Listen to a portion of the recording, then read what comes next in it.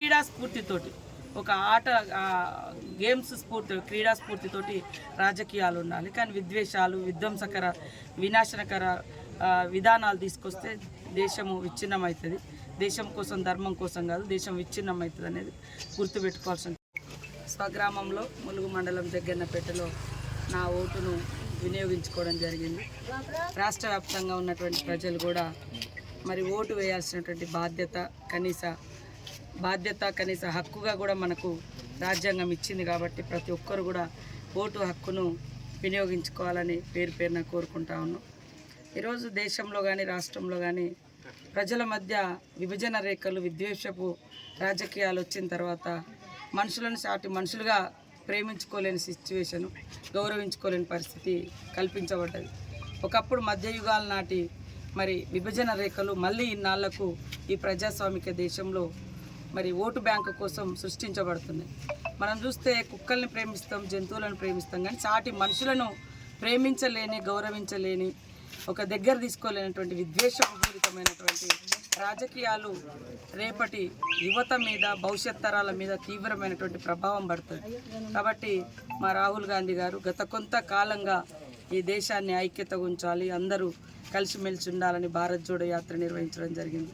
అదేవిధంగా మనమెంతో మనకంత అనే విధంగా రిజర్వేషన్స్ కూడా జనాభా ప్రాతిపదికన ఉంచాల్సిన అవసరం ఉందని కూడా వారు పోరాడుతున్నారు.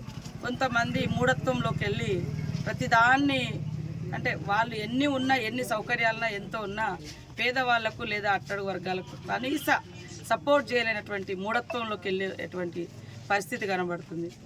కొంతమంది దేశం కోసం, ధర్మం కోసం అంటున్నారు. దేశంలో స్వతంత్రం తీసుకురావడంలో ఈ దేశం కోసం, ధర్మం కోసం అనేటువంటి వాళ్ళ పాత్ర ఎంత? ఈ దేశంలో ఈ దేశం కోసం వారు చేసింది ఏంటిది? ఈరోజు దేశం అమ్మబడుతుంది. గతంలో మరి మా నాయకులు ఇందిరాగాంధీ కాడ నుంచి, నెహ్రూ గారి కాడ నుంచి మరి మొన్నటి వరకు కూడా కాంగ్రెస్ ప్రభుత్వం వందల వేల ప్రభుత్వ రంగ సంస్థలు నిర్మించింది, ప్రభుత్వ ఉద్యోగాలు సృష్టించింది. కానీ ఈరోజు దేశం కోసం, ధర్మం కోసం అని ఆదాని కోసం, అంబానీ కోసం దేశాన్ని తాకట్టు పెడుతున్నటువంటి వాళ్ళను విస్మరించాల్సిన అవసరం ఉంది. కొంత చదువుకున్నటువంటి వాళ్ళు ఇవాళ ఈ దేశంలో ఉన్నటువంటి వాళ్ళు ఎంతోమంది బయట దేశాలలో పోయి క్రిస్టియన్ దేశాలలో, ముస్లిం దేశాలలో, ఇస్లామిక్ దేశాల్లో ఉద్యోగాలు చేస్తున్నారు. కానీ ఇక్కడ మాత్రం విభజన రేఖలు సృష్టిస్తాం. అది కరెక్ట్ కాదు. కాబట్టి రాజకీయాలు, ఎలక్షన్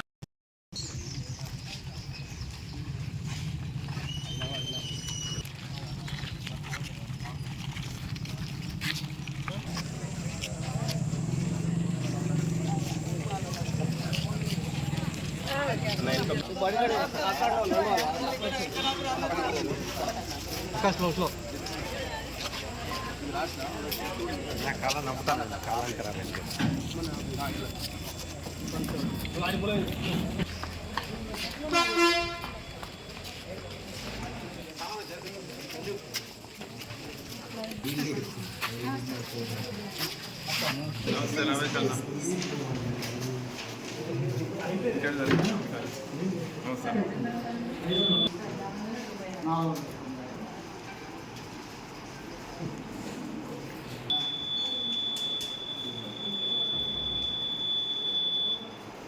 ఓకే